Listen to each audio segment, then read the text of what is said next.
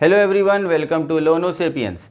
Today I am going to discuss about Mendel's laws of inheritance. तो Mendel के जो law of inheritance हैं इनको पढ़ने से पहले आपको सबसे पहले ये बताना ज़रूरी है कि मेंडल ने पी प्लांट को ही क्यों चुना। तो हमारे पास जो सबसे पहला क्वेश्चन आता है लॉज ऑफ मेंडल डिस्कस करने से पहले वो ये आता है कि मेंडल ने पी प्लांट को ही क्यों सेलेक्ट किया। अब पी प्लांट में कुछ ना कुछ ऐसी ख़ास बात होगी, ऐसे इंपॉर्टेंट कैरेक्टरिस्टिक्स होंगे या ऐसे कुछ अच्छे फीचर्स होंगे जिसकी वजह से मेंडल ने पी प्लांट को सेलेक्ट किया। ठीक है, तो अभी हम ये पढ़ेंगे कि मेंडल ने जो पी प्लांट को सेलेक्ट किया था तो उसमें ऐसी क्या ख़ास बात थी, ऐसे क्या स्पेसिफिक फीचर्स थे जिसकी वजह से मेंडल ने पी प्लांट को सेलेक्ट किया। ठीक है, सपोज़ करिए आप एक मोबाइल ख़रीदने जाते हैं मार्केट में, तो मोबाइल ख़रीदने से पहले आप देखेंगे ना कि इसके फीचर्स क्या हैं, इसका कैमरा कितने मेगापिक्सल का है, इसकी बैटरी कितने एमएएच की है, इसकी कंपनी कैसी है, किस कंपनी ने इस मोबाइल फ़ोन को लॉन्च किया है, वगैरह वगैरह। यानी आप बहुत सारे कैरेक्टरिस्टिक्स देखेंगे और अगर वो सारे कैरेक्टरिस्टिक्स उस प्राइस रेंज में सही आते हैं तो आप वो मोबाइल परचेज कर लेंगे। ठीक है, तो मेंडल ने भी पी प्लांट के ऊपर स्टडी करने से पहले कुछ कैरेक्टर्स देखे कि वो कैरेक्टर उनके एक्सपेरिमेंट के लिए सही हैं या नहीं सही हैं, फेवरेबल हैं या नहीं हैं। तो मेंडल ने ये पाया कि जो कैरेक्टर्स पी प्लांट में हैं they are favourable for his study for his experiment on hybridisation. तो सबसे पहले हम ये जानते हैं कि वो कौन से कैरेक्टर्स थे जिसकी वजह से मेंडल ने पी प्लांट को सेलेक्ट किया फॉर हिज एक्सपेरिमेंट। तो सबसे पहला कैरेक्टरिस्टिक है पी प्लांट का कि पी प्लांट जो है वो एक एनुअल प्लांट है। एनुअल प्लांट का मतलब हुआ कि इसकी लाइफ साइकिल जो है वो एक ही साल में ख़त्म हो जाती है, यानी एक साल में रिप्रोड्यूस करके नया प्लांट बना लेता है। अब इस एनुअल प्लांट या शॉर्ट लाइफ साइकिल का एडवांटेज क्या है मेंडल के एक्सपेरिमेंट में। सपोज करिए मेंडल ने चूज़ किया होता आम का पेड़, तो आम का पेड़ लगाएंगे, उसके बाद वो आम का पेड़ ग्रो करेगा, फिर उसमें फ्रूट निकलेगा, फ्रूट के बाद उसमें सीड बनेगा, सीड बनने के बाद फिर से एक नया प्लांट बनेगा। इस पूरे प्रोसेस को 10 साल लग जाएंगे। यानी एक जनरेशन से दूसरी जनरेशन तक पहुंचने में जो दूसरी जनरेशन का रिजल्ट मेंडल को मिलेगा वो 10 साल के बाद मिलेगा। ठीक है, यानी 2-3 जनरेशन जहां क्रॉस की 40 साल हो जाएंगे, तो एक लंबा टाइम स्पैन हो जाएगा। हम अगर कोई एक्सपेरिमेंट कर रहे हैं तो हमें चाहिए कि जल्दी से जल्दी उस एक्सपेरिमेंट के रिजल्ट हमें मिल जाएं। अब आप में से बहुत लोग ऐसे सोच रहे होंगे कि अगर जल्दी वाला यानी कि शॉर्ट लाइफ साइकिल वाला प्लांट चाहिए था तो इससे भी शॉर्ट लाइफ साइकिल वाले प्लांट्स हैं। धनिया का पेड़ ले लें, बहुत आसान है, बहुत छोटी सी लाइफ साइकिल है, बहुत जल्दी ग्रो करता है। लेकिन उस प्लांट में इसकी एक दूसरी पेक्यूलियर फीचर है, जो पी प्लांट का एक दूसरा फीचर है कि इसमें वेल डिफाइंड कॉन्ट्रास्टिंग कैरेक्टर्स होते हैं। यानी जो कैरेक्टर्स होते हैं पी प्लांट के वो बहुत ही कॉन्ट्रास्टिंग होते हैं और वेल डिफाइंड होते हैं। अब इस वेल डिफाइंड और कॉन्ट्रास्टिंग का मतलब क्या हुआ। वेल डिफाइंड कैरेक्टर्स आपने क्लास 10th में पढ़ा होगा कि मेंडल ने जब हाइट के ऊपर एक्सपेरिमेंट कर रहे थे तो उन्होंने एक टॉल प्लांट लिया था और एक डॉफ प्लांट लिया था। तो ये कहलाता है वेल डिफाइंड और कॉन्ट्रास्टिंग कैरेक्टर्स। कॉन्ट्रास्ट का मतलब क्या होता है, जस्ट ऑपोजिट।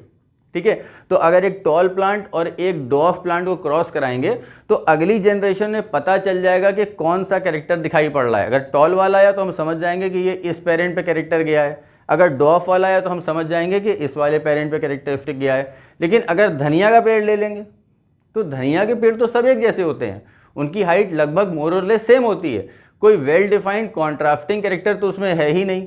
ठीक है, तो इसलिए ना तो उन्होंने आम का पेड़ लिया ना ही उन्होंने धनिया का पेड़ लिया।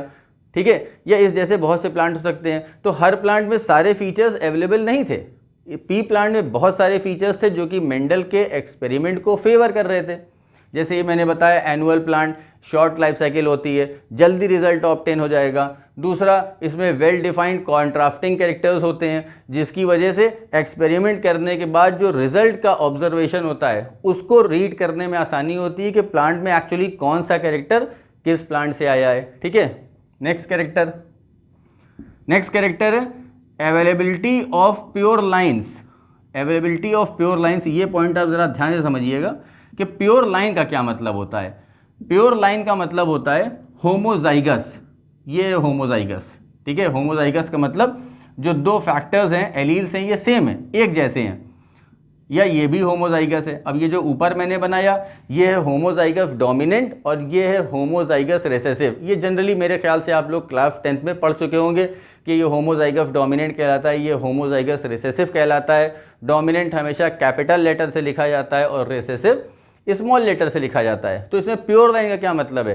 प्योर लाइन का मतलब है कि जो प्लांट्स थे, जो पी प्लांट थे, वो होमोजाइगस फॉर्म्स में अवेलेबल थे।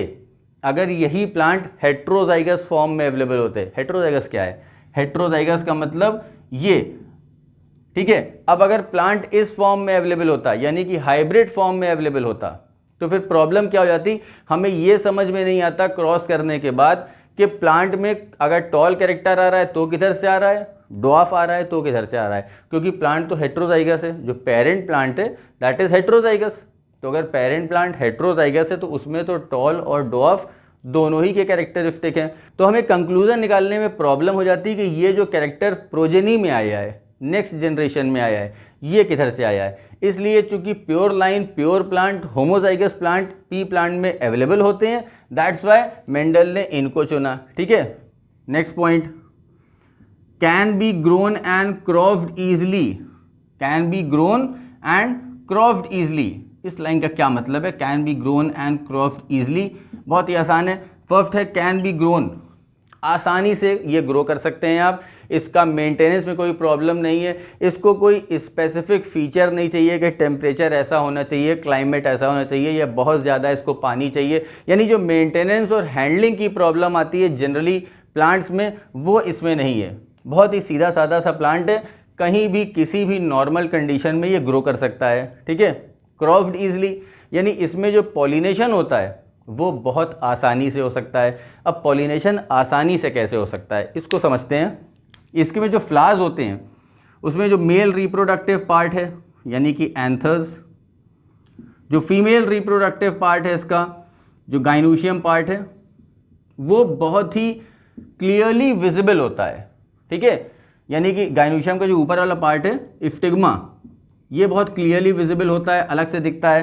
एंथर्स ये बहुत क्लियरली विजिबल होते हैं, ऊपर की ओर होते हैं, फ्लावर वेल एक्सपोज्ड होते हैं, तो पॉलिनेशन बड़ी आसानी से हो सकता है। और दूसरी बात, ये जो फ्लावर्स होते हैं, ये जो पी प्लांट के फ्लावर्स होते हैं, ये जनरली बाइसेक्सुअल होते हैं।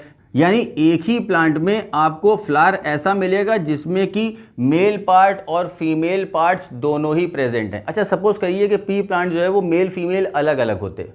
ठीक है, ये प्लांट जो है मेल प्लांट है, इसके फ्लावर में सिर्फ एंडोशियम पाया जाता है। ये जो प्लांट है ये फीमेल प्लांट है, इसके फ्लावर में सिर्फ गाइनोशियम पाया जाता है। तो अगर ऐसा होता तो मेंडल को तो बड़ी प्रॉब्लम हो जाती। एक्सपेरिमेंट करने से पहले इन्हें ढूंढना पड़ता कि कौन सा प्लांट जो है वो मेल प्लांट है और कौन सा प्लांट फीमेल प्लांट है। या अगर प्लांट छोटा है, अभी सपोज कि ये प्लांट ग्रो करा रहे हैं और उनमें से कोई प्लांट इनको सेलेक्ट करना है नेक्स्ट जनरेशन के एक्सपेरिमेंट करने के लिए, तो उनको तो प्रॉब्लम हो जाती है कि अब कौन सा प्लांट इसमें से लें, कौन सा मेल है कौन सा फीमेल है। क्योंकि अगर मेल फीमेल अलग अलग होंगे तो एक मेल लेना पड़ेगा, एक फीमेल लेना पड़ेगा। ठीक है, लेकिन अगर जो प्लांट है वो बाइसेक्सुअल है तो कोई प्रॉब्लम नहीं है, कोई भी एक पेड़ आप उठा लीजिए, उसमें दोनों मेल फीमेल मिल जाएंगे। तो यहाँ पर क्रॉस पॉलिनेशन की और सेल्फ पॉलिनेशन की कोई झंझट नहीं है, क्योंकि एक ही प्लांट में, एक ही फ्लावर में मेल और फीमेल पार्ट्स दोनों ही प्रेजेंट होते हैं। और it can be easily cross pollinated also. तो इसमें सेल्फ पॉलिनेशन भी हो सकता है क्योंकि ये बाइसेक्सुअल है, क्रॉस पॉलिनेशन भी हो सकता है क्योंकि फ्लावर्स के जो रिप्रोडक्टिव पार्ट हैं they are well exposed. Next point है कि they produce large number of seeds. These pea plants produce large number of seeds, यानी सीड्स बहुत ज़्यादा अमाउंट में प्रोड्यूस होते हैं। आप सपोज करिए कि कोई एक प्लांट है जिसमें सीड बहुत कम अमाउंट में बन रहे हैं, 2-4 सीड बन रहे हैं। अब उस 2-4 सीड को हमने ज़मीन में ग्रो करने के लिए लगा दिया। नाउ सपोज वो सीड्स ग्रो नहीं कर पाए due to any type of environmental condition, कोई ऐसी एनवायरमेंटल कंडीशन आ गई कि पानी सही से नहीं मिल पाया या उनको ऑक्सीजन सही से नहीं मिल पाई, तो सीड ग्रो नहीं कर पाए। तो अगर 3-4 सीड हैं तो उनमें जो परसेंटेज है ग्रोथ का वो कम हो सकता है। लेकिन अगर सीड्स बहुत ज़्यादा हैं तो कितने मरेंगे? कितने सीट खराब होंगे? अरे 50% सीट खराब हो जाएंगे, 60% सीट खराब हो जाएंगे, कुछ तो बचेंगे। तो ढेर सारे सीट्स इसीलिए प्रेजेंट होते हैं यहाँ पर, और ये कैरेक्टरिस्टिक मेंडल को फेवर इसीलिए कर रहा था कि large number of seats present हैं। तो अगर कुछ सीट्स बेकार भी हो जाएंगे तो भी लार्ज नंबर ऑफ सीट्स होने की वजह से कुछ सीट्स आखिर में बचे ही रह जाएंगे, ताकि उनसे नए प्लांट्स का फॉर्मेशन हो जाए। इसको आप टैली करिए। आपने एक चैप्टर पढ़ा होगा क्लास 12 का, ये sexual reproduction in flowering plants. उसमें आपने ये पढ़ा है कि जब क्रॉस पॉलिनेशन होता है, जिन फ्लावर्स में क्रॉस पॉलिनेशन होता है, उसमें जो पॉलन ग्रेन बनते हैं वो भी लार्ज नंबर में बनते हैं। क्यों लार्ज नंबर में बनते हैं? क्योंकि क्रॉस पॉलिनेशन हो रहा है। तो यहाँ से वहाँ जाने में, एक मेल फ्लावर से फीमेल फ्लावर में जाने में कुछ हो सकता है पॉलन ग्रेन वेफ्ट हो जाए। तो अगर पॉलन ग्रेन कम बनेंगे तो वेस्टेज की वजह से जो एफिशिएंसी है पॉलिनेशन की वो कम हो जाएगी। तो वैसे ही यहाँ पर भी है कि अगर सीड्स कम बनेंगे तो एफिशिएंसी जो है नेक्स्ट जनरेशन की ग्रोथ की, डेवलपमेंट की, वो कम हो जाएगी, प्लांट्स कम बनेंगे। और अगर सीड्स ज़्यादा अमाउंट में प्रोड्यूस हो रहे हैं तो कोई प्रॉब्लम नहीं है, कुछ सीड्स बेकार भी हो जाएंगे तो भी नेक्स्ट जनरेशन में हमको सफिशिएंट अमाउंट ऑफ सीड्स मिल जाएंगे। तो these were the characters of P plant, जिसकी वजह से मेंडल ने पी प्लांट को ही सेलेक्ट किया था। तो अगर आपसे क्वेश्चन पूछा जाता है कि why did Mendel selected pea plant for his hybridisation experiment, तो आपको ये सारे कैरेक्टरिस्टिक बताने हैं कि ये एनुअल प्लांट होता है, इसकी शॉर्ट लाइफ साइकिल होती है, तो हमको रिजल्ट ज़रा जल्दी मिल जाता है। वेल डिफाइंड कॉन्ट्रास्टिंग कैरेक्टर्स होते हैं, जिससे कि हमें आइडेंटिफाई करने में आसानी होती है नेक्स्ट जनरेशन में कि कौन सा कैरेक्टर पेरेंटल जनरेशन में किस प्लांट से आया है, मेल प्लांट से आया है, फीमेल प्लांट से आया है। ठीक है, प्योर लाइन्स अवेलेबल हैं यहाँ पर, होमोजाइगस प्लांट्स अवेलेबल होते हैं, आसानी से ग्रो कराया जा सकता है, इसके मेंटेनेंस में, इसकी हैंडलिंग में प्रॉब्लम नहीं आती है। फिर बाइसेक्सुअल फ्लावर्स होते हैं, ये जो प्लांट है ये बाइसेक्सुअल होता है, तो हमें एक्सपेरिमेंट के लिए अलग अलग प्लांट्स ढूंढने की ज़रूरत नहीं। एक ही प्लांट ले लीजिए, उसी में आपको मेल और फीमेल दोनों ही तरह के रिप्रोडक्टिव ऑर्गन सेम फ्लावर में मिल जाएंगे। ठीक है, and the last one is they produce large number of seed, so that अगली जनरेशन में हमें ये श्योरिटी रहे कि प्लांट्स तो मिलेंगे ही मिलेंगे। अगर कुछ सीड्स बर्बाद भी हो गए, कुछ सीड्स खराब भी हो गए, तो भी सफिशिएंट अमाउंट ऑफ सीड्स यहाँ पे बने हुए हैं, तो अगली जनरेशन में प्लांट्स हमको मिलेंगे ही मिलेंगे। क्लियर? अभी मैंने आपको बताया कि पी प्लांट में वो कौन से कैरेक्टरिस्टिक्स थे, वो कौन से फीचर्स थे जिसकी वजह से मेंडल ने पी प्लांट को सेलेक्ट किया। अब मैं आपको बताने जा रहा हूँ कि वो कौन से कैरेक्टर्स थे जिसको कि मेंडल ने अपने एक्सपेरिमेंट में स्टडी किया था। तो ये चीज़ आपसे पूछी जाती है क्लास 12 में भी और नीट के एग्ज़ाम में भी पूछी जाती है। दोनों एग्ज़ाम में अलग अलग तरीके से पूछी जाती है, मैं दोनों ही तरीके यहाँ बताऊँगा। क्लास 12 में जनरली ये पूछा जाता है कि वो 7 कैरेक्टर्स कौन कौन से थे। देखिए, ये जो कैरेक्टर्स हैं जो कि मेंडल ने स्टडी किए हैं, ये 7 कैरेक्टर्स हैं। ठीक है, तो ये 7 कैरेक्टर्स आपसे पूछे जाते हैं क्लास 12 में कि वो 7 कैरेक्टर्स के आप नाम बताइए। Apart from the name of these 7 characters, इसके अलावा आपको ये भी याद होना चाहिए कि इन 7 कैरेक्टर्स में कौन सा डोमिनेंट है और कौन सा रिसेसिव है। ठीक है, तो हर कैरेक्टर के आगे मैंने लिखा हुआ है कि कौन सा कैरेक्टर डोमिनेंट होता है इसके में और कौन सा रिसेसिव होता है, ये आप याद रखिएगा। क्लास 10 में आपने शायद एक ही पढ़ा था कि स्टेम की हाइट, यानी कि प्लांट की हाइट, जैसे टॉल और डॉफ, तो आपने क्लास 10 में पढ़ा था कि टॉल जो है वो डोमिनेंट होता है और डॉफ जो है वो रिसेसिव होता है। तो ठीक इसी तरह से 12th में इतना पूछा जाता है आपसे कि कितने कैरेक्टर्स मेंडल ने स्टडी किए थे, वो नाम बताइए आप। फिर उसके बाद उसके डोमिनेंट पार्ट कौन से हैं, यानी इस कैरेक्टर का डोमिनेंट जो ट्रेट है वो कौन सा है और रिसेसिव ट्रेट कौन सा है।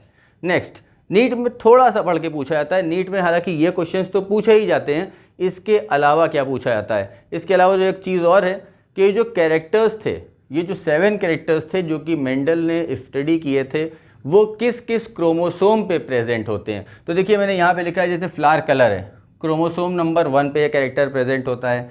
सीड कलर क्रोमोसोम नंबर 1 पे। इसी तरह से सारे कैरेक्टर्स के बारे में ये लिखा हुआ है कि कौन सा कैरेक्टर किस क्रोमोसोम पे प्रेजेंट होता है। तो ओवरऑल अगर आप देखिए तो यहाँ पे 7 कैरेक्टर्स हैं, लेकिन क्रोमोसोम्स हैं सिर्फ 4, 1, 7, 4 3 बार है और 5।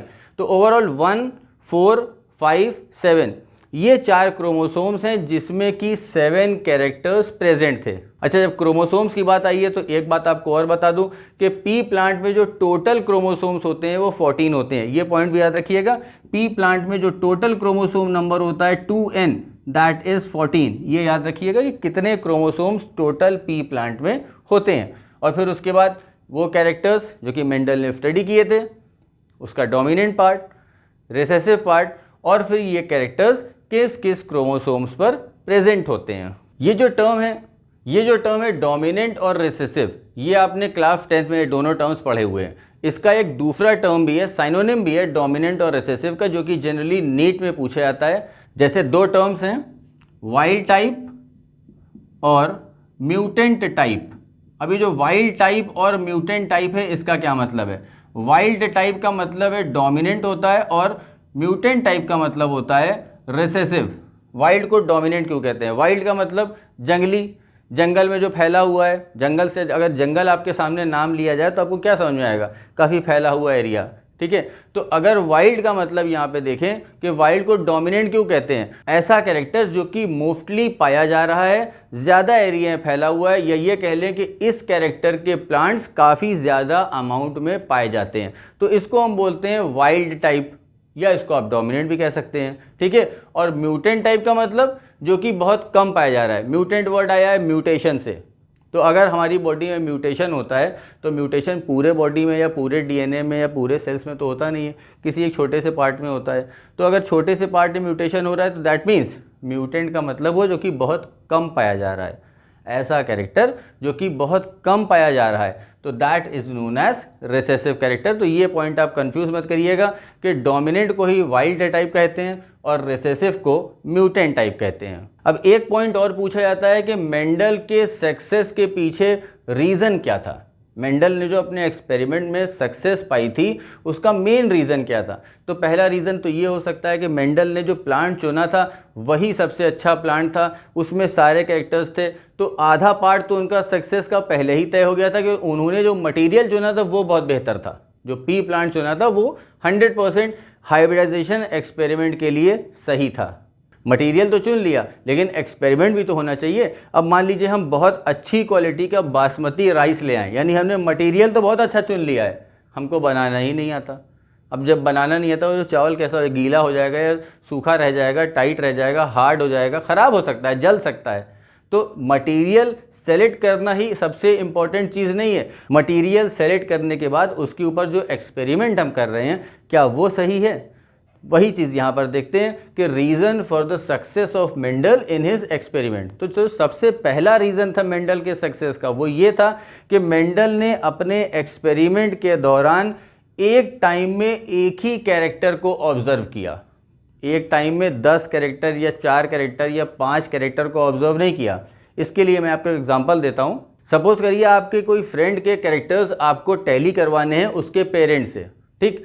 तो अब आप जब कैरेक्टर्स टैली करेंगे तो कैसे टैली करेंगे कि इसकी जो स्किन का कलर है वो फादर पे गया है, हाइट मदर पे गई है। ध्यान से सुनिएगा मैंने क्या बोला। मैंने बोला स्किन का कलर फादर पे गया है, हाइट मदर पे गई है। तो इस तरह से जब हम एक एक कैरेक्टर को कंपेयर करते जाएंगे तो हमें उस पर्सन का, वो जो हम जिसको कंपेयर कर रहे हैं उसके पेरेंट से कंपैरिजन में आसानी होगी। अगर हमको 4-5 कैरेक्टर एक साथ दे दिए जाएं तो हम कंफ्यूज हो जाएंगे, कौन सा कैरेक्टर माँ पे गया है, कौन सा कैरेक्टर पापा पे गया है, तो बड़ी प्रॉब्लम हो जाएगी। तो इसलिए एक एक कैरेक्टर को टैली करें। आप अगर बाइक खरीदने भी जाएंगे तो 2 बाइक को अगर आप कंपेयर करेंगे तो एक एक प्रॉपर्टी कंपेयर करेंगे ना, कि एवरेज कैसा है, दोनों का एवरेज कंपेयर करिए। उसके बाद लुक्स कैसे हैं तो आप लुक्स में कंपेयर करेंगे, हेडलाइट कैसी है हेडलाइट में कंपेरिजन करेंगे, प्राइस में कंपेरिजन करेंगे। एक एक कैरेक्टर करके कंपेरिजन किया जाता है ना। तो अगर एक एक कैरेक्टर करके आप कंपेयर करेंगे तो ओवरऑल एक चार्ट तैयार हो जाएगा कि हमको समझ में आ जाएगा फाइनली कि ये वाली बाइक लेनी है या ये वाली बाइक लेनी है। तो इसी तरह से मेंडल ने अपने एक्सपेरिमेंट में 1 बाय 1 एक एक कैरेक्टर को कंपेयर किया। आपने क्लास 10 में पढ़ा था, इन्होंने हाइट को पहले कंपेयर किया, ठीक है। हाइट का कैरेक्टर लिया, उसके ऊपर क्रॉस कराया, फिर उसके बाद कलर पे क्रॉस कराया। आपने पढ़ा होगा येलो, ग्रीन, राउंड, रिंकल। तो एक एक कैरेक्टर, फिर जब एक कैरेक्टर में कामयाब हो गए, इनको सक्सेस मिल गई, तो फिर थोड़ा सा आगे बढ़े, 2 कैरेक्टर को क्रॉस कराना शुरू किया, जो कि आपने क्लास 10 में पढ़ा है। अभी मैं आपको यहाँ फिर से बताऊंगा उसको कि ये सिंगल कैरेक्टर को क्रॉस कैसे करवाया था इन्होंने, डबल कैरेक्टर ले कैसे क्रॉस कराया था। तो बहरहाल जो मेन पॉइंट है, जो पहला पॉइंट है बताया था कि reason for the success of Mendel in his experiment, तो इसमें पहला पॉइंट आप लिखेंगे कि ही फोकस्ड ऑन 1 और 2 characters at a particular time, ठीक है। Now the second point for his success, he kept quantitative records of all his observation। quantitative record का मतलब क्वांटिटी, गिनना। तो उन्होंने क्वांटिटेटिव रिकॉर्ड रखा अपने सारे ऑब्जर्वेशन का जनरेशन बाय जनरेशन के, इस जनरेशन में कितने प्लांट मिले, गिनती उन्होंने कर रखी थी कि इस जनरेशन में कितने प्लांट मिले, 3 प्लांट मिले अगर टॉल, 1 प्लांट मिला डॉफ, तो उन्होंने लिखा कि इस रेशियो में प्लांट मिले। तो जब क्वांटिटेटिव ऑब्जर्वेशन उन्होंने अपना रिकॉर्ड बना के रखा था तो उनको बाद में लॉस बनाने में और कंक्लूजन करने में आसानी हुई। आपको मैंने शायद पहले लेक्चर में बताया था अपने कि नाइट एंड गॉस एक थे, एक कॉलर्यूटर थे। नाइट एंड गॉस ने पी प्लांट पर मेंडल से पहले ही एक्सपेरिमेंट कर रखा था। कॉलर्यूटर ने टोबैको प्लांट पे एक्सपेरिमेंट किया था, लेकिन उनके ड्रॉबैक क्या थे? उनका ड्रॉबैक यही था कि उन्होंने कोई रिकॉर्ड नहीं रखा था, कोई रिटन डेटा उन्होंने कलेक्ट नहीं किया था, कंपाइल नहीं किया था। आपको बहुत अच्छे से सब कुछ याद है, आप पूरी बायोलॉजी तैयार करके एग्जाम में चले गए हैं, दिमाग में सब कुछ है, आप कुछ लिख के ही नहीं आएंगे वहाँ पर, तो मार्क्स आपको क्या मिलेंगे? बहुत बड़ा सा जीरो मिल जाएगा। ठीक है, तो ठीक वही केस यहाँ पर भी है कि मेंडल ने अपना एक्सपेरिमेंट बहुत अच्छे से किया, सब कुछ देखा कि हाँ ये कैरेक्टर ऐसे आ रहा है, ये ऐसे आ रहा है, ये कैरेक्टर्स हैं, इसमें F1 जनरेशन में ये आ रहा है, F2 जनरेशन, ओवरऑल एक्सपेरिमेंट्स, सारे एक्सपेरिमेंट का उन्होंने जो डेटा था यहाँ रखा हुआ है। फ़ायदा क्या उससे? लॉस सामने भी तो आने चाहिए, दिखना भी तो चाहिए कि क्या हो रहा है, उसको पढ़ तो हम सकें। तो यही चीज़ जो मेंडल ने की कि उन्होंने अपने एक्सपेरिमेंट का step by step, generation by generation quantitative record रखा। तो ओवरऑल टू कंक्लूड, अगर आपसे ये पूछा जाए कि what is the reason for the success of Mendel in experiment, तो number 1, he focused on 1 or 2 characters at a particular time, and the second one, he kept quantitative record of all his observation. Okay, clear? अब जो हमारी next heading है that is principal of dominance. इसमें हम समझेंगे कि Mendel ने अपने प्रिंसिपल ऑफ डोमिनेंस में क्या कहा था। मेंडल ने कहा था कि व्हेन 2 प्योर होमोजाइगस प्लांट्स, ये दोनों प्योर होमोजाइगस है, होमोजाइगस का मतलब होता है एक जैसे एलील्स, ठीक है, तो ये भी कैपिटल है, ये भी कैपिटल है, मतलब ये दोनों डोमिनेंट है। दैट मीन्स कि ये प्लांट प्योर है, हाइब्रिड नहीं है। ये कहलाता है हाइब्रिड, जिसमें कि टॉल और डॉफ दोनों ही कैरेक्टर्स प्रेजेंट हैं। ठीक है, तो ऐसा प्लांट नहीं लिया था मेंडल ने। मेंडल ने क्या लिया था? Pure homozygous tall, pure homozygous dwarf. तो इस प्रिंसिपल ऑफ डोमिनेंस में मेंडल ने क्या कहा था उसको ध्यान से सुनिएगा। When 2 pure homozygous plants with contrasting characters, contrasting character का क्या मतलब हुआ?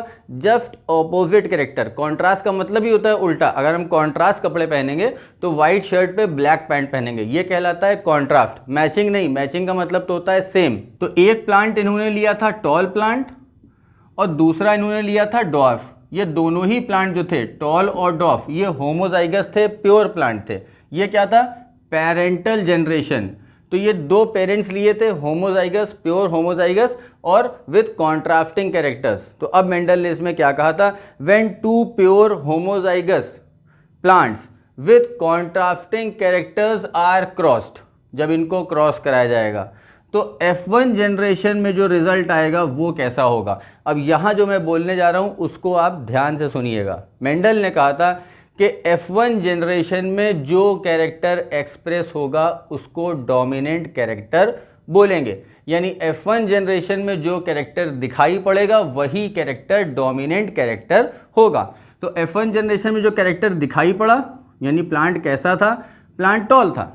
तो मेंडल ने कहा कि टॉल जो है वो डोमिनेंट कैरेक्टर है, और जो नहीं दिखाई पड़ा, जो सप्रेस हो गया, वो था डॉफ। दैट मीन्स कि डॉफ जो है वो रिसेसिव कैरेक्टर है। अब यहाँ पे 2 बातें हो सकती हैं, आप लिखने में गलती कर सकते हैं, वो कहाँ करेंगे इसको मैं बता रहा हूँ। आप यहाँ पे लिख सकते हैं कि मेंडल ने कहा था कि जब 2 pure homozygous plant with contrasting character को क्रॉस कराया जाएगा तो F1 जनरेशन में जो कैरेक्टर दिखाई पड़ेगा वो डोमिनेंट होगा, जो कैरेक्टर एक्सप्रेस होगा, इसको मैं लिख देता हूँ, जो कैरेक्टर एक्सप्रेस होगा वो डोमिनेंट कैरेक्टर होगा।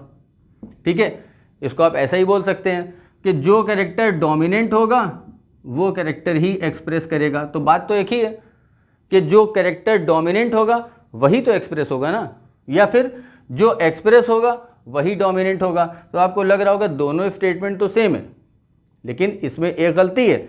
ये वाला जो पॉइंट है कि जो मैंने बोला कि डोमिनेंट कैरेक्टर जो है वही एक्सप्रेस होगा, F1 जनरेशन में dominant character will be expressed. और मेंडल ने क्या कहा था? मेंडल ने कहा था कि जो कैरेक्टर एक्सप्रेस होगा वही डोमिनेंट कैरेक्टर होगा। अब इसको समझाने के लिए मैं आपको एक एग्जांपल दे रहा हूँ। सपोज 2 लोग नीट का एग्जाम दे रहे हैं। आप उन दोनों को नहीं जानते, और मैं आपसे ये पूछूं कि इनमें से किसका दिमाग तेज़ है, कौन ज़्यादा ब्रिलियंट है, कौन ज़्यादा इंटेलिजेंट है, तो आप क्या कहेंगे? जिसके मार्क्स ज़्यादा आएंगे या जो नीट क्रैक कर ले जाएगा, हम मानेंगे कि वो दिमाग का तेज़ है, वो ज़्यादा इंटेलिजेंट है। यानी कि नीट के एग्ज़ाम में जो अपने आप को एक्सप्रेस कर लेगा वही इंटेलिजेंट है। अगर हम पहले से कह दें कि ये वाला एक्सप्रेस करेगा, तो हमें पता थोड़ी है कि वो कैसा है, वो कितना इंटेलिजेंट है, हमें उसकी इंटेलेक्ट बिल्कुल भी नहीं मालूम है, तो हम पहले से कैसे कह सकते हैं? इसीलिए मेंडल ने कहा था कि जो एक्सप्रेस करेगा मेरे हिसाब से वही डोमिनेंट है, जो सामने आ जाएगा हम उसको डोमिनेंट मान लेंगे। तो यहाँ पर टॉल सामने आ गया F1 जनरेशन में, तो मेंडल ने कहा टॉल कैरेक्टर जो है वो डोमिनेंट है। अगर यहाँ पर डॉर्फ सामने आ जाता तो मेंडल क्या कहते? यही डोमिनेंट है। तो इसलिए मेंडल ने ये नहीं कहा कि जो डोमिनेंट होगा वो एक्सप्रेस करेगा, मेंडल ने कहा कि जो एक्सप्रेस करेगा वही डोमिनेंट होगा। अब आप पूरी डेफिनेशन फिर से सुन लीजिए प्रिंसिपल ऑफ डोमिनेंस की, चाहे तो आप इसको नोट कर सकते हैं कि when two pure homozygous plants with contrasting characters are crossed, the character that is expressed in the F1 generation will be the dominant character। जो कैरेक्टर एक्सप्रेस होगा वही कैरेक्टर डोमिनेंट होगा, और जो अपने आप को एक्सप्रेस नहीं कर पाया वो कहलाएगा recessive character. So this was all about the principal of dominance. अब हम चलते हैं मेंडल का जो पहला लॉ है, लॉ ऑफ सेग्रीगेशन।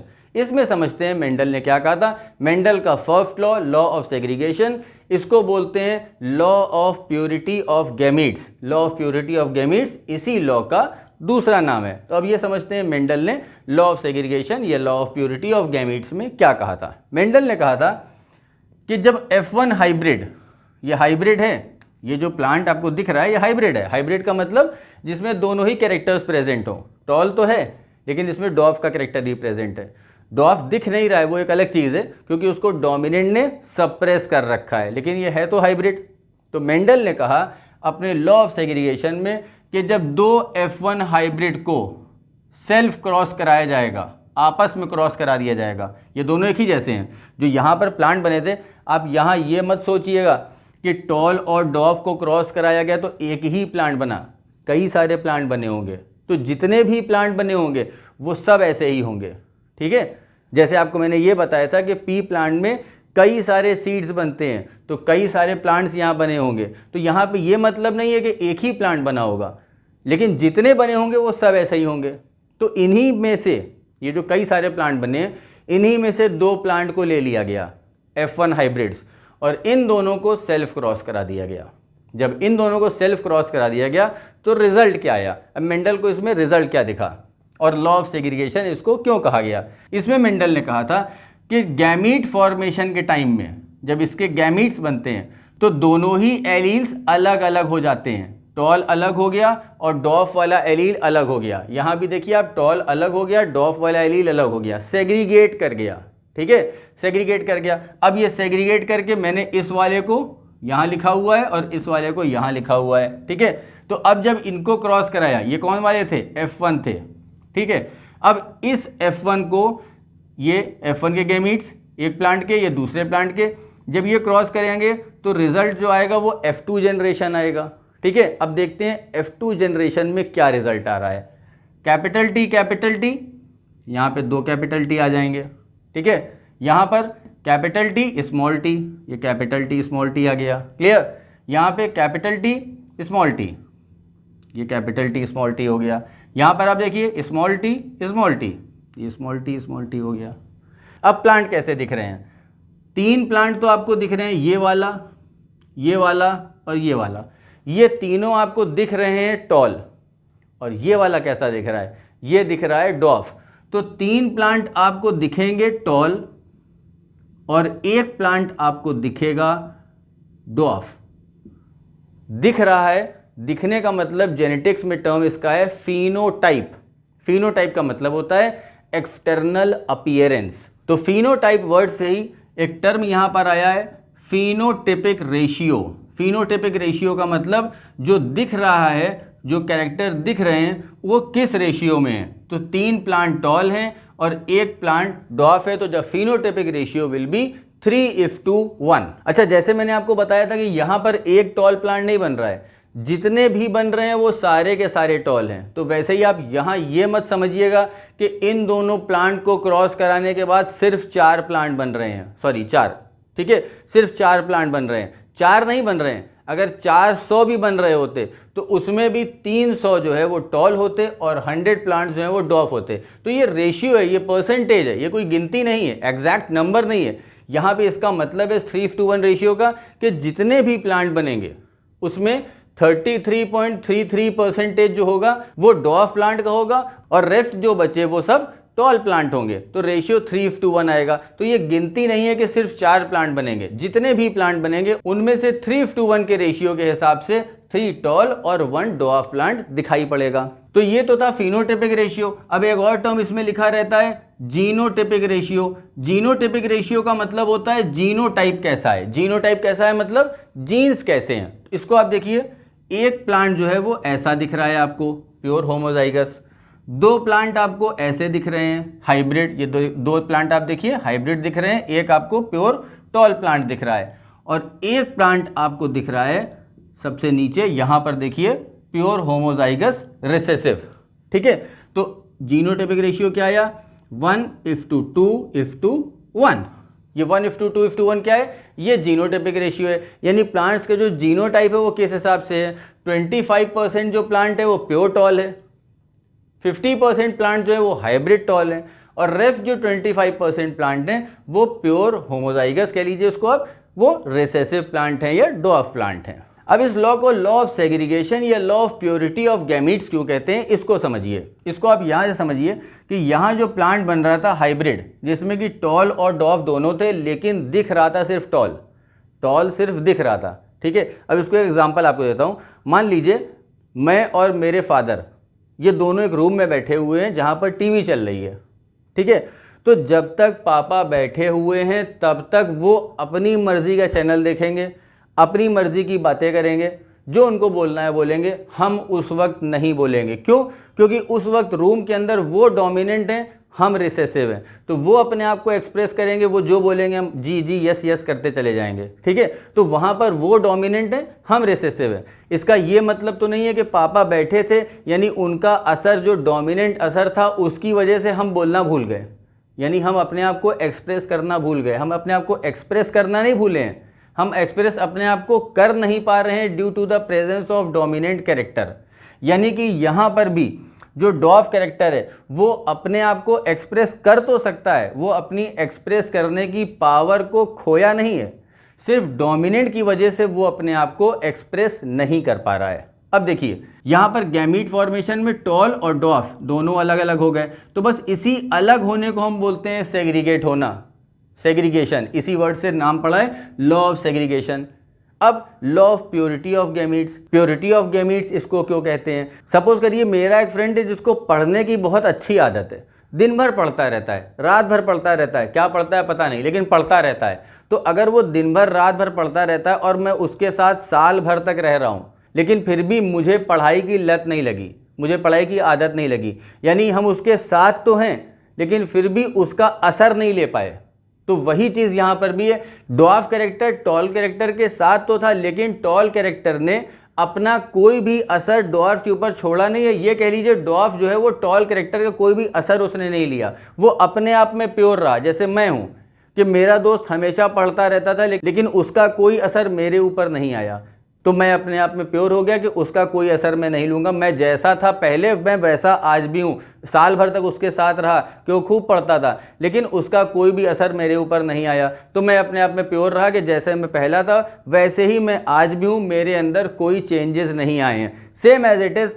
यहाँ पर जो डॉफ कैरेक्टर है वो है तो टॉल कैरेक्टर के साथ, और जब तक इस प्लांट के अंदर है वो टॉल कैरेक्टर के साथ ही रहेगा, लेकिन इसके बावजूद जब भी उसको मौका मिलेगा वो सेग्रीगेट होगा और अपने आप को एक्सप्रेस करके दिखा देगा कि हम अभी जिंदा हैं। देखिए यहाँ पर उसने अपने आप को एक्सप्रेस करके दिखा दिया है। यहाँ पर 4 तरह के प्लांट बने थे, यानी अगर 100 प्लांट बने थे तो उसमें से 25 प्लांट्स डॉफ प्लांट बने थे। तो यहाँ पर डॉफ प्लांट ने, डॉफ कैरेक्टर ने अपने आप को एक्सप्रेस करके दिखा दिया कि हम मरे नहीं हैं, हम जिंदा हैं, हमने अपनी एक्सप्रेशन की पावर खोई नहीं है, हम सिर्फ इसलिए चुपचाप बैठे हुए थे कि हमारे ऊपर डोमिनेंट बैठा हुआ था। डोमिनेंट बैठा हुआ था तो उसकी वजह से, उसके असर की वजह से, जैसे मेरे पापा रूम में बैठे हुए थे तो उनकी वजह से हम बोल नहीं पा रहे थे, उनकी वजह से हम चैनल नहीं चेंज कर पा रहे थे। वो जो चैनल देख रहे थे हम भी मुस्कुरा के वही चैनल देख रहे थे, ठीक है। लेकिन इसका ये मतलब नहीं है कि हम उसी चैनल को देखते रहेंगे हमेशा, उनका असर ले लेंगे। अगर उनका असर हमने ले लिया तो हमारी प्योरिटी कहाँ गई। तो ठीक वैसे ही यहाँ पर जो रिसेसिव कैरेक्टर है, रहा तो वो डोमिनेंट के साथ, डोमिनेंट के साथ वो है तो ज़रूर, यहाँ देखिए डोमिनेंट के साथ वो है तो ज़रूर, लेकिन उसने अपना कोई भी असर नहीं खोया, डोमिनेंट का कोई भी असर नहीं लिया। That's why this law is also known as law of purity of gametes. तो अब हम पढ़ते हैं मेंडल का second law, that is law of independent assortment.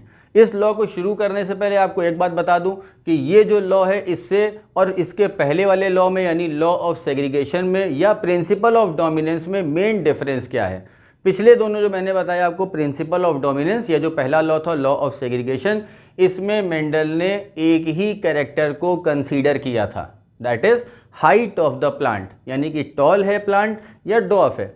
तो ऐसा क्रॉस जिसमें कि एक समय पर एक ही कैरेक्टर को कंसीडर किया जाता है उसको बोलते हैं मोनोहाइब्रिड क्रॉस। यहाँ पर मेंडल ने इंडिपेंडेंट असॉर्टमेंट में एक साथ दो कैरेक्टर को कंसीडर किया था। तो जब एक साथ दो कैरेक्टर को कंसीडर किया था, पहले कैरेक्टर देख लेते हैं क्या है। ये सीड के कैरेक्टर हैं, तो ये वाला जो सीड है ये है येलो और राउंड सीड, यानी ये पी प्लांट जो है वो सीड जो बनाता है वो येलो राउंड होते हैं। और ये वाला जो प्लांट है जिसमें कि सीड बनते हैं ग्रीन और रिंकल्ड सीड्स, ठीक है। तो ग्रीन और रिंकल सीड जो है वो रिसेसिव कैरेक्टर है और येलो और राउंड सीड जो है दैट इज डोमिनेंट कैरेक्टर। तो ऐसा क्रॉस जिसमें एक साथ दो कैरेक्टर कंसीडर किए जाते हैं उसको बोलते हैं डाई हाइब्रिड क्रॉस।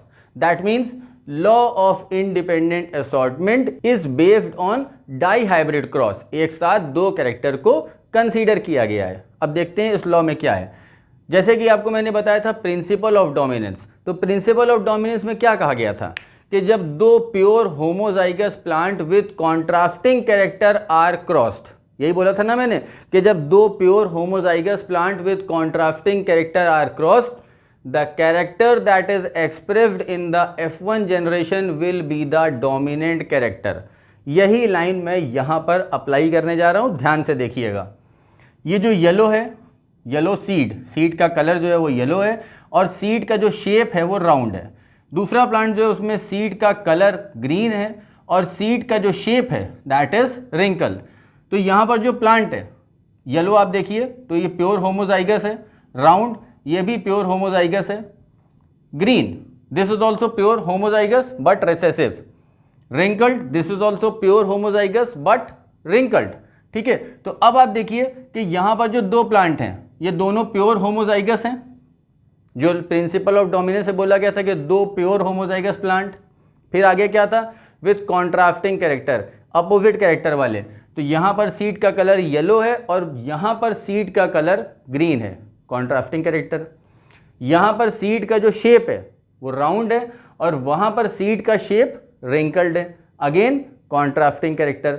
तो जब दो प्लांट्स, दो pure homozygous plants with contrasting character are crossed, the result that is obtained in the F1 generation will always be the dominant character. तो यहाँ पर डोमिनेंट क्या है, अगर आप F1 जनरेशन पे आइए, ये जनरेशन तो ये पेरेंटल जनरेशन है, ठीक है। ये जो जनरेशन है दिस इज पेरेंटल जनरेशन। और अब इन दोनों को क्रॉस कराने के बाद जो नेक्स्ट जनरेशन आएगी यानी कि F1 जनरेशन, वो प्रिंसिपल ऑफ डोमिनेंस के हिसाब से कैसी होगी। देखिए आप यहाँ पर जैसे वहाँ पर था कि एक तरफ से कैपिटल T आ रहा था, एक तरफ से स्मॉल t आ रहा था, ठीक है। तो यहाँ पर भी एक तरफ से कैपिटल Y आएगा और दूसरी तरफ से स्मॉल y आएगा, क्लियर। वहाँ पर एक तरफ से कैपिटल T, एक तरफ से स्मॉल t, तो यहाँ पर एक तरफ से कैपिटल R और दूसरी तरफ से इधर से स्मॉल r, ठीक है। तो ये बन गया F1 जनरेशन। यानी जितने प्लांट्स बनेंगे, प्रिंसिपल ऑफ डोमिनेंस में क्या हो रहा था, एक बन रहा था plant capital T small t वाला, तो उसमें जो कैपिटल T स्मॉल t वाला प्लांट बन रहा था, मैंने कहा था ये एक प्लांट नहीं है, ये जितने भी प्लांट्स हैं वो सब ऐसे ही हैं, यानी सब हाइब्रिड टॉल हैं। तो यहाँ पर भी जितने भी प्लांट्स बनेंगे वो सब ऐसे ही बनेंगे। तो ऐसे ही मतलब क्या होगा ये, अगर आप देखिए कैपिटल वाई और स्मॉल वाई, तो प्रिंसिपल ऑफ डोमिनेंस यहाँ पे अप्लाई करिए। कैपिटल वाई स्मॉल वाई को सप्रेस कर देगा, तो जब कैपिटल वाई स्मॉल वाई को सप्रेस कर देगा तो ये दिखेगा कैसा, ये दिखेगा येलो, ठीक है। और कैपिटल आर स्मॉल आर को सप्रेस कर देगा, तो स्मॉल आर तो शो नहीं हो पाएगा, एक्सप्रेस नहीं हो पाएगा, तो ये कैसा एक्सप्रेस होगा, येलो राउंड। आ गया ना प्रिंसिपल ऑफ डोमिनेंस वाली बात, कि जब दो प्योर होमोजाइगस को क्रॉस कराते हैं तो जो कैरेक्टर एक्सप्रेस होता है वो डोमिनेंट होता है। तो यहाँ पर भी देखिए डोमिनेंट कैरेक्टर अपने आप को एक्सप्रेस कर रहा है। अब आते हैं main law of independent assortment के ऊपर, वो समझ में आएगा आपको। यहाँ जब हम F1 को सेल्फ क्रॉस कराएंगे तो सेग्रीगेशन में क्या था, अब आप याद करिए law of segregation. Law of segregation में कहा गया था कि जब F1 जनरेशन को सेल्फ क्रॉस कराया जाता है तो गैमीट्स सेग्रीगेट कर जाते हैं। तो यहाँ पर भी गैमीट्स को मैं सेग्रीगेट करवाता हूँ। एक प्लांट जैसे मैंने वहाँ लिखा था कि कैपिटल टी यहाँ भी लिख दिया था और एक कैपिटल टी स्मॉल टी यहाँ लिख दिया था, ठीक है। एक कैपिटल टी स्मॉल टी यहाँ, एक कैपिटल टी स्मॉल टी यहाँ, ठीक है। इस तरह से मैंने लिखा था लॉ ऑफ सेग्रीगेशन में। तो यहाँ पे तो 4 हैं, y 2 बार लिखा है और r 2 बार लिखा है। तो अब इसको कैसे यहाँ पर डिस्ट्रीब्यूट किया जाएगा, यानी कि गैमीट्स कैसे लिखे जाएंगे, ठीक। तो वो आप तरीका समझ लीजिए। अगर आपने गैमीट्स लिखने का तरीका समझ लिया, गैमीट्स सही से लिखे, तो यहाँ पर जो रिजल्ट आपको दिखाई पड़ेगा वो भी 100% सही आएगा, एक्यूरेट आएगा। तो गैमीट्स लिखने का तरीका समझते हैं। जो भी यहाँ पर पहला अल्फ़ाबेट है, यहाँ पर तो पहला अल्फ़ाबेट है y, ठीक है। एग्जाम में आपको ये A B C कुछ भी दिया जा सकता है। तो जो भी पहला अल्फ़ाबेट है उसको आप लिखिए पहले 2 बार कैपिटल, 2 बार कैपिटल लिखिए और फिर 2 बार स्मॉल लिख दीजिए। सेम यहाँ पर अप्लाई करिए, 2 बार कैपिटल लिखिए और 2 बार स्मॉल लिख दीजिए, ठीक है। अब दूसरा अल्फ़ाबेट लिखा जाएगा 1 बार कैपिटल और 1 बार स्मॉल, फिर 1 बार कैपिटल और फिर 1 बार स्मॉल। तरीका क्या हुआ, पहला अल्फ़ाबेट कैपिटल स्मॉल और दूसरा अल्फ़ाबेट कैपिटल स्मॉल। सेम वही यहाँ पे अप्लाई करते हैं, capital small and capital small. अब बनाते हैं यहाँ पर कॉम्बिनेशंस के यहाँ पर किस टाइप के ऑफस्प्रिंग या प्रोजेनी का फॉर्मेशन होगा। तो पहला केस देखते हैं, इसको फिलअप करते हैं। इसमें अगर देखेंगे तो ये वाले में ये दोनों आएंगे, यानी कि 2 बार कैपिटल Y लिखा जाएगा और 2 बार कैपिटल R लिखा जाएगा, ठीक है। यहाँ पर आप देखिए ये कैपिटल Y यहाँ पे आएगा और यहाँ से कैपिटल Y आएगा, यानी 2 बार कैपिटल Y आ जाएगा और 1 बार कैपिटल R इस तरफ से और स्मॉल r इस तरफ से आ जाएगा, ठीक। फिर आप देखिए कैपिटल Y ऊपर से और यहाँ से स्मॉल y, R यहाँ भी कैपिटल है, यहाँ भी कैपिटल है, तो यहाँ पर कैपिटल R हो जाएगा। इस तरह से ये पूरा फिलअप हो जाएगा, ठीक है। इसका शॉर्टकट बताता हूँ आपको। ये जो चीज़ मैं यहाँ पर पूरा फिलअप करूँगा ये आपके बुक में भी लिखी है, लेकिन इसका शॉर्टकट बता रहा हूँ कि आप इसको आसानी से कैसे समझ सकते हैं, ठीक है। अब देखिए यहाँ पर कैपिटल Y है, तो जब यहाँ पर कैपिटल Y है तो इन सब में कैपिटल Y आ जाएगा। आखिरी भी लिख देता हूँ मैं, इन सब में कैपिटल Y आ जाएगा इस कैपिटल Y की वजह से। ये स्मॉल y इधर से, कैपिटल R इधर से और स्मॉल r इस तरफ से, ठीक है। तो इन चारों में अगर आप देखिए तो एक कैपिटल Y आएगा सब में और एक कैपिटल R आएगा सब में, ठीक है। तो ये जो प्लांट्स हैं, ये जो मैंने लिखे हैं, ये कैपिटल Y की वजह से येलो होंगे और कैपिटल R की वजह से राउंड होंगे, क्लियर। तो ये चारों प्लांट्स आपको कैसे दिखेंगे, येलो राउंड, क्लियर। अब इधर देखिए ये यहाँ पे लिखा है कैपिटल Y और कैपिटल R, तो ये कैपिटल Y कैपिटल R की वजह से ये कैपिटल Y यहाँ पे भी आ जाएगा और कैपिटल R यहाँ आ जाएगा, ये वाला यहाँ पे आ जाएगा। ये कैपिटल Y R यहाँ भी आएगा, यहाँ पर भी आएगा और यहाँ पर भी आएगा, ये सब में जाएगा ना कैपिटल Y और कैपिटल R। तो ये चारों भी येलो राउंड हो जाएंगे, क्लियर। और देखिए आप इस वाले को देखिए, यहाँ पे क्या आएगा, यहाँ पर इधर से तो आ रहा है कैपिटल R और इधर से आ रहा है कैपिटल Y, तो ये भी प्लांट येलो राउंड हो जाएगा, क्लियर। नहीं समझ में आया, फिर से देखिए आप, यहाँ पे आएगा कैपिटल R, इस कैपिटल R की वजह से यहाँ पे कैपिटल R आएगा, मैं लिख देता हूँ कैपिटल R, और इधर से आएगा कैपिटल Y, दूसरा चाहे जो भी हो, दूसरा जैसे यहाँ पर है स्मॉल वाई और यहाँ पर है स्मॉल आर, लिख देता हूँ। तो ओवरऑल आप देखिए तो ये येलो राउंड ही दिखेगा। उसी तरह से यहाँ पर आप देखिए इस वाले पॉइंट पर, यहाँ पर कैपिटल वाई यहाँ से आएगा, यहाँ तो स्मॉल वाई है कोई बात नहीं, यहाँ पर कैपिटल आर इस तरफ से आ रहा है और स्मॉल आर इस तरफ से आएगा। तो ये देखिए जो जितने बने, एक जो पूरा ट्रायंगल बन गया है, ठीक है। इसको मैं फिलअप कर देता हूँ यहाँ पर ताकि आपको समझने में आसानी हो। कैपिटल वाई यहाँ से, ये कैपिटल वाई इस तरफ से, इधर से कैपिटल आर और इधर से कैपिटल स्मॉल आर, ठीक है। इधर देखिए आप कैपिटल वाई इस साइड से ये वाला, इधर से स्मॉल वाई, कैपिटल आर यहाँ से भी आएगा, कैपिटल आर यहाँ से भी आएगा। तो ये भी बन गया येलो राउंड, ठीक है।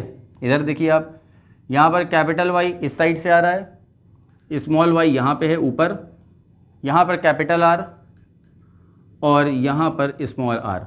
तो ये जितने भी आपको दिख रहे हैं ये सब के सब क्या हैं, येलो राउंड। तो ओवरऑल हम यहाँ पे ये कह सकते हैं कि 9 प्लांट्स जो हैं वो येलो राउंड बने, 9 प्लांट्स येलो राउंड बन गए। क्लियर। अब आगे देखते हैं। अब आप इसको देखिए, यहाँ पर एक आ रहा है कैपिटल वाई इस साइड से, एक कैपिटल वाई इस साइड से आ रहा है, ठीक। यहाँ पर स्मॉल आर है तो यहाँ स्मॉल आर आ जाएगा और इस साइड भी स्मॉल आर है, यानी यहाँ दोनों आर जो हैं वो स्मॉल होंगे। क्लियर। तो ये प्लांट कैसा होगा, वाई से तो ये येलो हो गया, आर कौन सा है इसमें, स्मॉल है ना, यानी रिसेसिव है, डोमिनेंट तो नहीं है ना यहाँ पर। तो ये प्लांट हो जाएगा येलो वाई की वजह से, और चूंकि कैपिटल आर नहीं है स्मॉल आर है तो ये हो जाएगा येलो रिंकल्ड, ठीक। मैं यहाँ पे लिख देता हूँ येलो और रिंकल्ड। तो येलो रिंकल्ड हमें कितने मिले अभी, फिलहाल हमें अभी एक येलो रिंकल्ड यहाँ पे दिखाई पड़ रहा है। और देखते हैं ये वाला प्लांट, आप देखिए ये कैपिटल वाई इस तरफ से, इधर से स्मॉल वाई, फिर स्मॉल आर यहाँ से भी आएगा, स्मॉल आर यहाँ से भी आएगा। तो कैपिटल वाई और स्मॉल वाई की वजह से ये प्लांट दिखाई पड़ेगा येलो, और चूंकि दोनों स्मॉल आर हैं तो ये प्लांट भी इस प्लांट की तरह येलो और रिंकल्ड दिखाई पड़ेगा। क्लियर। और देखते हैं ये वाला प्लांट, देखिए आप कैपिटल वाई यहाँ पे आएगा इस तरफ से और यहाँ से आएगा स्मॉल वाई, तो ये भी येलो हो जाएगा, ठीक। स्मॉल आर यहाँ पे है तो यहाँ स्मॉल आर आ जाएगा और यहाँ से भी स्मॉल आर आ जाएगा। तो येलो और रिंकल्ड जो मैंने यहाँ पे लिखा था, येलो और रिंकल्ड कितने हुए, 1, 2 एंड 3। तो 3 plants will be yellow and wrinkled. आगे देखते हैं। अब आप यहाँ देखिए इस जगह पर स्मॉल वाई आ रहा है यहाँ से और यहाँ से भी स्मॉल वाई आ रहा है, तो दोनों स्मॉल वाई हैं। तो ये प्लांट कैसा होगा, येलो नहीं हो सकता ना क्योंकि कैपिटल वाई नहीं है, तो ये हो जाएगा ग्रीन, क्योंकि स्मॉल वाई जो है वो ग्रीन है, तो ये ग्रीन हो गया, ठीक है। और कैपिटल आर यहाँ से आ रहा है और कैपिटल आर यहाँ से भी आ रहा है, तो ये हो जाएगा राउंड, यानी ये प्लांट हो जाएगा ग्रीन और राउंड। मैं लिख देता हूँ यहाँ पर ग्रीन एंड राउंड। तो ग्रीन राउंड ये एक प्लांट हो गया। आगे देखते हैं ये वाला, यहाँ पर स्मॉल वाई, इधर से देखिए आप स्मॉल वाई आ रहा है और इधर से भी स्मॉल वाई आ रहा है, तो 2 स्मॉल वाई हो गए, ठीक है। एक कैपिटल आर इधर से आ रहा है और एक स्मॉल आर ऊपर से आ रहा है, तो ये भी हो जाएगा आपका जो 2 स्मॉल वाई हैं इसकी वजह से ग्रीन हो जाएगा। और ये आर जो आपको दिख रहा है कैपिटल और स्मॉल, तो स्मॉल तो रिसेसिव है, इसको डोमिनेंट ने सप्रेस कर दिया तो ये दिखेगा राउंड। तो ग्रीन और राउंड दूसरा दिख गया, एक ये था ग्रीन राउंड, एक और ग्रीन राउंड दिखा। यहाँ पे आप देखिए स्मॉल वाई ऊपर से और इधर से भी small Y, again green plant with green seeds, और ये स्मॉल आर और इधर से कैपिटल आर। तो again this plant will be having green and round seeds. तो ग्रीन राउंड कितने हो गए, 3। क्लियर। अब लास्ट केस देखिए ये वाला, यहां पर देखिए स्मॉल वाई, इधर स्मॉल वाई, ऊपर स्मॉल आर और इधर से भी स्मॉल आर। तो ये क्या हो जाएगा, ये तो बिल्कुल इस जैसा हो गया ना, यानी कि ग्रीन और रिंकल्ड। मैं यहाँ पे लिख देता हूँ इसको ग्रीन एंड रिंकल्ड। तो ये ग्रीन और रिंकल्ड कितने प्लांट दिख रहे हैं मुझे, 1 दिख रहा है, ठीक है। तो ओवरऑल जो 16 टाइप के कॉम्बिनेशन आपको यहाँ पर दिख रहे हैं F2 जनरेशन में, इसमें 9 विल बी येलो राउंड, जो दिख रहे हैं, दिखने का मतलब क्या बताया था मैंने, फिनोटाइप, ठीक है। तो अब मैं बढ़ रहा हूँ किसकी तरफ, फिनोटाइपिक रेशियो की तरफ। तो 9 yellow round, 3 yellow wrinkled, 3 again green round and 1 is green wrinkled. तो ओवरऑल जो फिनोटाइपिक रेशियो है हमारा वो क्या बनेगा, the phenotypic ratio will be 9:3:3:1। ये है हमारा लॉ ऑफ इंडिपेंडेंट असॉर्टमेंट का फिनोटाइपिक रेशियो, दैट इज 9:3:3:1। अब इस लॉ को लॉ ऑफ इंडिपेंडेंट असॉर्टमेंट क्यों कहते हैं, ये तो मेन पॉइंट है, सबसे इंपॉर्टेंट पॉइंट है कि लॉ ऑफ इंडिपेंडेंट असॉर्टमेंट को मैंने आपको पूरा समझा दिया, लेकिन ये अभी तक नहीं बताया कि इंडिपेंडेंट असॉर्टमेंट क्यों कहते हैं। तो उसके लिए आप थोड़ा सा यहाँ देखिए, जो 9 प्लांट दिख रहे हैं येलो राउंड, येलो राउंड पहले से थे क्या अपने पास, देखें येलो राउंड हाँ है, पेरेंट्स में येलो राउंड भी हैं। येलो रिंकल्ड नहीं, कोई नहीं है, येलो रिंकल्ड कोई भी दिख नहीं रहा है इनके पेरेंट्स में, यानी येलो रिंकल टाइप का कोई प्लांट नहीं दिख रहा था, ठीक है। ग्रीन राउंड क्या दिख रहा है आपको, कहीं नहीं दिख रहा है। Green wrinkled, yes it is green wrinkled यहाँ पे है, ठीक। तो यहाँ पे ये जो कॉम्बिनेशन है येलो राउंड, ये पेरेंटल कॉम्बिनेशन है, ग्रीन रिंकल्ड ये भी पेरेंटल कॉम्बिनेशन है, लेकिन yellow wrinkled and green round ये पेरेंटल कॉम्बिनेशन नहीं है, ये नए कॉम्बिनेशन है। तो अब समझते हैं इंडिपेंडेंट असॉर्टमेंट। इंडिपेंडेंट असॉर्टमेंट का मतलब है कि जब भी दो प्लांट्स को या दो इंडिविजुअल्स को क्रॉस कराया जाता है तो उनमें जो कैरेक्टर्स होते हैं they are independent of each other. Independent of each other का मतलब क्या हुआ, येलो हमेशा राउंड के साथ नहीं रहेगा, ये डिपेंडेंट नहीं है कि येलो राउंड के साथ ही रहे या राउंड येलो के साथ रहे।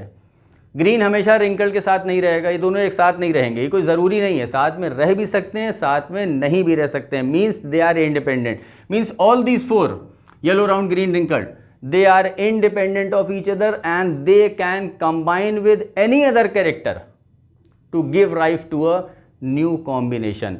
तो येलो राउंड तो था ही पेरेंटल, लेकिन येलो जो है वो रिंकल के साथ कंबाइन करके उसने एक नए टाइप के कैरेक्टर का फॉर्मेशन किया। ग्रीन रिंकल तो पहले से था, लेकिन ग्रीन जो है वो राउंड के साथ मिलके उसने एक नए तरह का कॉम्बिनेशन बनाया। तो यहाँ पर इंडिपेंडेंट असॉर्टमेंट का मतलब हुआ कि the characters are independent of each other and they can assort independently to give rise to a new combination. This is all about the law of independent assortment. अब इसका फिनोटाइपिक रेशियो तो मैंने आपको बता दिया, अब चलते चलते मैं आपको इसका जीनोटाइपिक रेशियो ही बता देता हूँ। जिस तरह से मैंने आपको लॉ ऑफ सेग्रीगेशन में बताया था कि फिनोटाइपिक रेशियो 3:1 होता है और जीनोटाइपिक रेशियो 1:2:1 होता है, ठीक वैसे ही यहाँ पर भी मैंने आपको बताया कि फिनोटाइपिक रेशियो 9:3:3:1। अब बात करते हैं जीनोटाइपिक रेशियो की। जीनोटाइपिक रेशियो मैं सबसे अलग से क्यों बता रहा हूँ, सबसे बाद में इसलिए बता रहा हूँ कि क्लास 12th लेवल पर जीनोटाइपिक रेशियो जनरली आपसे नहीं पूछा जाता है, बट कॉम्पिटिटिव एग्जाम में नीट में आपसे ये जीनोटाइपिक रेशियो पूछा जाता है। तो यहाँ पर जीनोटाइपिक रेशियो भी निकाल लेते हैं कि जीनोटाइपिक रेशियो क्या है। जीनोटाइपिक रेशियो का मतलब क्या हुआ, जीन्स एक जैसे होने चाहिए, ठीक है। तो जीनोटाइपिक रेशियो अब देखते हैं। देखिए ये वाला प्लांट आप देखिए, जीन्स मिलाइए इसको, ये चारों, ये जो चारों हैं इसमें capital Y small Y capital R small R, तो ये चारों एक जैसे हैं, ठीक है। 4 लिख देता हूँ मैं यहाँ पे, 4 प्लांट एक जैसे दिख रहे हैं, यानी 4 प्लांट्स का जीनोटाइप एक जैसा है। आगे देखते हैं, आप इस प्लांट को देखिए, इस प्लांट जैसा आप ढूंढिए कोई दूसरा प्लांट भी दिख रहा है आपको, इस प्लांट जैसा क्या कोई दूसरा प्लांट आपको दिख रहा है, मुझे नहीं दिख रहा है, ठीक है। तो यानी कि एक और हो गया, ठीक। चलिए आप इस प्लांट को अब आप देखिए, कैपिटल वाई और स्मॉल आर और कैपिटल आर, तो इस टाइप का कोई दिख रहा है, यस इस टाइप का एक और यहाँ पर दिख रहा है, ये देखिए, ठीक है। तो ये हो गया, 2 तरह के ऐसे प्लांट दिख रहे हैं, 2 लिख देता हूँ यहाँ पर। इस प्लांट को आप देखिए, इस प्लांट जैसा कोई दूसरा प्लांट दिख रहा है, इस टाइप के जीनो टाइप का, यानी इसमें सब कैपिटल हो। क्या इस टाइप का कोई दूसरा प्लांट यहाँ पर है, नहीं, इस टाइप का यही एक प्लांट है, तो इसको लिख देता हूँ फिर से 1, ठीक है। और देखता हूँ इस टाइप का प्लांट आप देखिए, ढूंढिए कहीं पर, इस टाइप का प्लांट दूसरा आपको कहीं दिख रहा है, मुझे दिख रहा है, देखिए ये है, इस टाइप का एक और प्लांट ये है, ठीक। Capital Y small Y capital R, तो 2, एक और हो गया यहाँ पर, ठीक है। अच्छा ये तो हो गए थे ना जिस पे कट लगा हुआ है, अब बचे ये वाले, इसको आप देखिए, capital Y small Y and 2 small R, इस जैसा एक यहाँ पर है, ठीक है। तो ये भी 2 हो गए, इसको भी लिख देता हूँ, ठीक। अब आप इसको देखिए, 2 स्मॉल वाई और 2 कैपिटल आर, 2 स्मॉल वाई और 2 कैपिटल आर, इस जैसा का कोई दूसरा आपको दिख रहा है? इस जैसा दूसरा नहीं दिख रहा है, तो ये एक है, सिंगल है, इसको 1 लिख देता हूँ, ठीक। 2 small Y, 1 capital R, 1 small R, इस जैसा कोई दूसरा पास में ही लिखा हुआ है, ये देखिए, ठीक है। तो इस जैसे भी 2 हो गए, ये हो गए 2, लास्ट यही एक बचा है। अब एक बचा है तो इस जैसा दूसरा ढूंढने का क्या मतलब है, ये तो अकेला बचा है ना, तो 1 लिख देता हूँ मैं यहाँ पर, ये हो गया 1। तो this is the genotypic ratio of law of independent assortment, F2 का जीनोटाइपिक रेशियो। इसको लिखा कैसे जाता है, इसको आप याद कैसे करना है आपको, जैसे 9331 है ना, तो इसको आपको याद करना है, 1 को आप यानी 1 को आप लिख दीजिए 4 बार, 4 बार है ना 1, 2 को आप लिख दीजिए 4 बार, और 4 तो 1 बार है। तो जीनोटाइपिक रेशियो क्या हो गया, 1 4 टाइम्स, 2 वो भी 4 टाइम्स, और फिर लास्ट में 4। हो सकता है आपको जो नीट के एग्जाम में MCQ में 4 ऑप्शन दिखें, वो ऐसे ना लिखे हों, इस तरह से नीट में नहीं लिखते, वहाँ के लिखते हैं, इसको जंबल कर देते हैं, ठीक है, 1 2 2 1 ऐसे करके लिख देंगे। तो आपको गिनना क्या है, आपको ढूंढना है, आपको वो वाला ऑप्शन टिक करना है जिसमें आपको ये दिखे कि 1 जो है वो 4 बार लिखा हुआ है, 2 4 बार लिखा हुआ है, और 4 1 बार लिखा है। तो MCQ में क्या होता है, जो ऑप्शन होते हैं उसमें इनको जंबल कर देते हैं, 1 5 बार कर देंगे, 2 जो है उसको 5 बार कर देंगे या 3 बार कर देंगे, इसकी गिनती घटा बढ़ा देंगे। तो आपको याद करने के लिए मैंने यहाँ पे आसान तरीका लिखा है कि 1 वो भी 4 बार है, 2 ये भी 4 बार है, आखिरी में 4 लिखा है ना, इस 4 से याद रखिए कि सब कुछ 1 और 2 4 4 बार है। क्लियर। तो this is the genotypic ratio of F2 of independent assortment. So this was all about the laws of Mendel. मैंने आपको मेंडल के दोनों लॉज बताए, प्रिंसिपल ऑफ डोमिनेंस बताया। इसके पहले मैंने आपको इसी लेक्चर में बताया कि मेंडल ने पी प्लांट क्यों सेलेक्ट किया, मेंडल ने ऐसा क्या किया था जिसमें कि उनको अपने एक्सपेरिमेंट में सक्सेस मिली। अब नेक्स्ट लेक्चर में हम पढ़ेंगे कि मेंडल के ये जो लॉज हैं इनमें डेविएशंस भी आए, यानी कुछ प्लांट ऐसे भी थे जो मेंडल के लॉ को फॉलो नहीं करते हैं। जैसे क्लास में 50 बच्चे बैठे हैं तो ज़रूरी नहीं है वो सारे बच्चे टीचर का कमांड मानेंगे, सारे बच्चे उनकी बात सुनेंगे। कुछ ऐसे भी होंगे जो बात नहीं मानेंगे, यानी कि डेविएट कर जाएंगे। तो नेक्स्ट लेक्चर में हम पढ़ेंगे वो कौन से प्लांट्स हैं जो कि मेंडल के लॉ से डेविएट कर जाते हैं और कुछ नए तरीके से एक्सप्रेस करते हैं। तो वेट करिए अगले लेक्चर का। Till then goodbye, thank you.